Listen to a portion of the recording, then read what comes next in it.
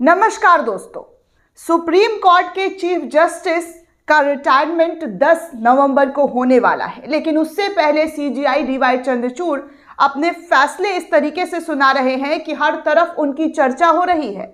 आज फिर से उन्होंने एक ऐसा फैसला सुना दिया है जिससे योगी सरकार, यूपी सरकार की बड़ी हार हो गई है। योगी सरकार के फैसले को उन्होंने पूरी तरीके से खारिज कर दिया है और जो फैसला सुनाया है इससे 20 करोड़ मुसलमानों को एक बहुत बड़ी राहत मिली है। जी हाँ दोस्तों, ये फैसला क्या है आगे इस खबर में आपको बताऊंगी, लेकिन उससे पहले आपको बता दूं कि सीजेआई डीवाई चंद्रचूड़ लगातार फैसले पर फैसला दे रहे हैं। कहा जा रहा है कि वो अपने रिटायरमेंट से पहले 5 बड़े फैसले सुनाने वाले हैं, जिनमें उन्होंने अभी कुछ दिन पहले, 2 दिन पहले की बात है, जब उत्तर प्रदेश सरकार की तरफ से फरमान आया था कि मदरसों को शिफ्ट कराकर उन छात्रों को जो है स्कूल में एडमिशन करवा दिया जाना चाहिए, और ये मामला हाई कोर्ट में गया था, जिसके बाद इलाहाबाद हाई कोर्ट ने योगी सरकार के फैसले को बरकरार रखा था। लेकिन इस फैसले को सुप्रीम कोर्ट में चुनौती दी गई और चुनौती देने के बाद सीजेआई डीवाई चंद्रचूड़ ने इस फैसले को ही खारिज कर दिया और कहा कि किसी भी इस्लामिक मदरसे को बंद उत्तर प्रदेश में नहीं किया जाएगा और जो फंडिंग आ रहा है उसको भी बंद नहीं किया जाएगा और जो 17 लाख बच्चे हैं उसको भी शिफ्ट नहीं किया जाएगा। तो ऐसा फैसला सुनाया था, मैंने आपको वो खबरें बताई, लेकिन अब फिर से सुप्रीम कोर्ट का सुप्रीम फैसला आ गया है और इस फैसले से योगी सरकार को तगड़ा झटका लगा है। जी हाँ, सीजेआई डीवाई चंद्रचूड़ लगातार बैक टू बैक ऐसे फैसले सुना रहे हैं जिससे योगी सरकार, बीजेपी सरकार के हक में फैसला नहीं आ रहा है। अब जो फैसला सुनाया है दोस्तों, अभी की बड़ी जानकारी आपको दे दूं, आज ही ये फैसला सुनाया गया है सुप्रीम कोर्ट की तरफ से। 3 जजों की बेंच ने इस फैसले पर अपनी हामी भरते हुए नजर आई है और साफ तौर पर एएमयू के दर्जे पर जो है आज फैसला दिया गया है। एएमयू का मामला दोस्तों सुप्रीम कोर्ट में पेंडिंग चल रहा था, काफ़ी जिरह भी चली, काफ़ी सुनवाई भी हुआ और सुनवाई के बाद इस पूरे मामले पर जो है फैसला सुरक्षित रख लिया गया था और आज इस फैसले पर सुप्रीम कोर्ट के बेंच में, जी हाँ, सुप्रीम कोर्ट के सीजेआई के बेंच ने एक शानदार फैसला सुनाते हुए योगी सरकार को झटका दिया है।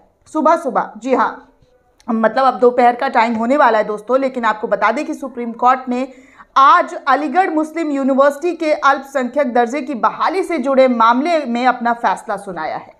सीजेआई डीवाई चंद्रचूड़ की 7 जजों की बेंच ने एएमयू को अल्पसंख्यक का दर्जा देने से इनकार कर दिया था, लेकिन आज सुप्रीम कोर्ट ने फैसला पढ़ते हुए कहा कि हमने तय करना है कि किसी संस्थान को अल्पसंख्यक संस्थान का दर्जा कैसे दिया जा सकता है। भाषाई, सांस्कृतिक या धार्मिक अल्पसंख्यक अनुच्छेद 30 के तहत अपने लिए संस्थान बना सकते हैं, लेकिन ये सरकारी नियम से पूरी तरीके से अलग है। सुप्रीम कोर्ट ने अपने फैसले में कहा, चाहे कोई शैक्षणिक संस्थान संविधान लागू करने से पहले बनी हो या बाद में, इससे उसका दर्जा नहीं बदल जाएगा। संस्थान को स्थापित करने और उसके सरकारी तंत्र का हिस्सा बन जाने में अंतर होता है, लेकिन आर्टिकल 30(1) का मकसद यही है कि अल्पसंख्यकों द्वारा बनाया गया संस्थान उसके द्वारा ही चलाया जाए, उसमें किसी की भागीदारी, हिस्सेदारी ना हो। सुप्रीम कोर्ट ने अपने फैसले में साफ कहा है कि कोर्ट को देखना होगा कि संस्थान के बनते समय फंड और ज़मीन का बंदोबस्त किसने किया था। हम अजीज बाशा फैसले के ओवर रूल कर रहे हैं। एएमयू यानी कि अलीगढ़ मुस्लिम यूनिवर्सिटी अल्पसंख्यक संस्थान है, लेकिन अलीगढ़ मुस्लिम यूनिवर्सिटी के दर्जे पर फैसला 3 जजों की बेंच के बाद में करेगी। दोस्तों आपको बता दें कि अजीज बाशा बनाम भारत संघ के मामले में सुप्रीम कोर्ट ने यह फैसला दिया था कि अलीगढ़ मुस्लिम यूनिवर्सिटी एक अल्पसंख्यक संस्थान नहीं है। सुप्रीम कोर्ट की 7 जजों की बेंच में से 4 और 3 के बहुमत से फैसला सुनाया गया।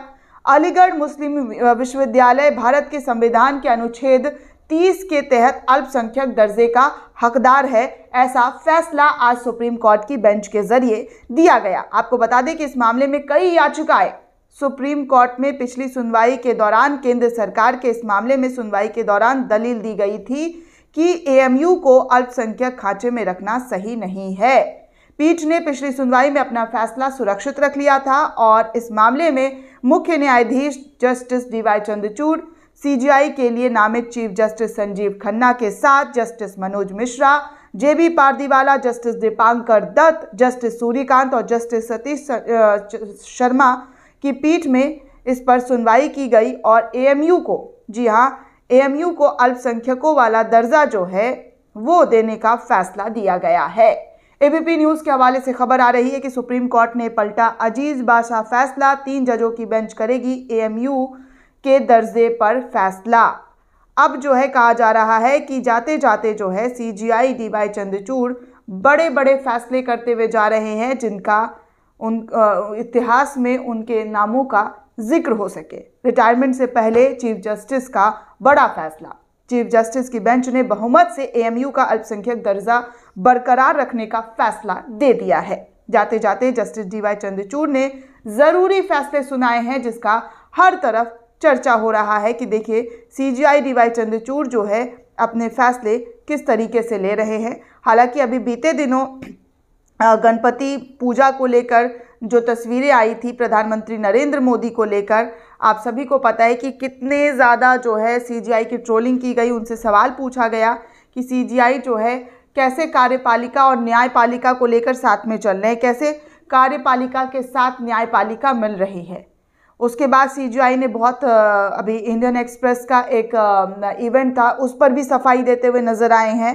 तो इस तरीके से जो है लगातार जो फैसले सुनाए गए हैं CGI DY चंद्रचूड़ साहब की तरफ से, उसको लेकर अब चर्चा हो रही है कि देखिए CGI जो है कैसे अल्पसंख्यकों पर लगातार जो है ऐसे फैसले दे रहे हैं जहां पर 20 करोड़ मुसलमानों का साफ तौर पर जो राहत भरी खबर है वो देखने सुनने को मिल रहा है।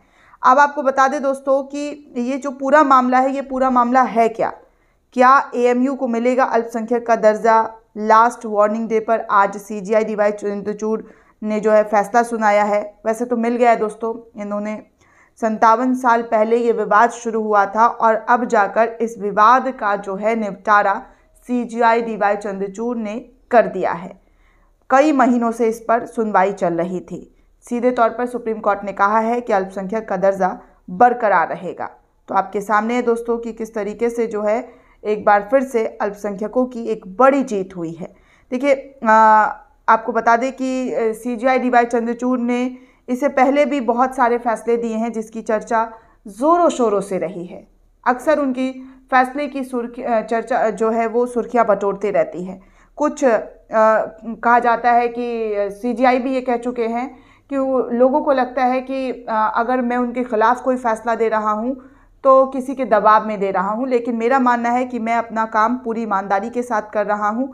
हालांकि कई लोगों का ये भी कहना है कि जाते जाते रिटायरमेंट से पहले CGI जो है वो भाजपा सरकार के सामने जो है कुछ ऐसी चीज़ें करना चाहते हैं जिससे कि उनको आने वाले समय में कोई पोस्ट मिल सके। ऐसा कई सोशल मीडिया यूज़र्स का कहना है दोस्तों, ट्रोलर्स का कहना है, वो इस तरीके की बातें करें। क्योंकि अगर आप अतीत में जाकर देखेंगे तो कई ऐसे जज हैं जिनको BJP की तरफ से राज्यसभा में भेजा गया है, नामित किया गया है और कई बड़े पोस्ट दिए गए हैं। तो इसको लेकर अक्सर सवाल खड़े होते हैं और आगे भी ऐसे ही सवाल खड़े होते रहेंगे, क्योंकि जब तक ऐसी चीज़ें बंद नहीं होती है तब तक लोगों के मन में सवाल तो उठते रहेंगे।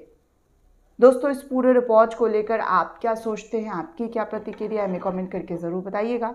साथ ही साथ चैनल को ज़्यादा से ज़्यादा लाइक, शेयर और सब्सक्राइब करना बिल्कुल भी ना भूलें। धन्यवाद दोस्तों।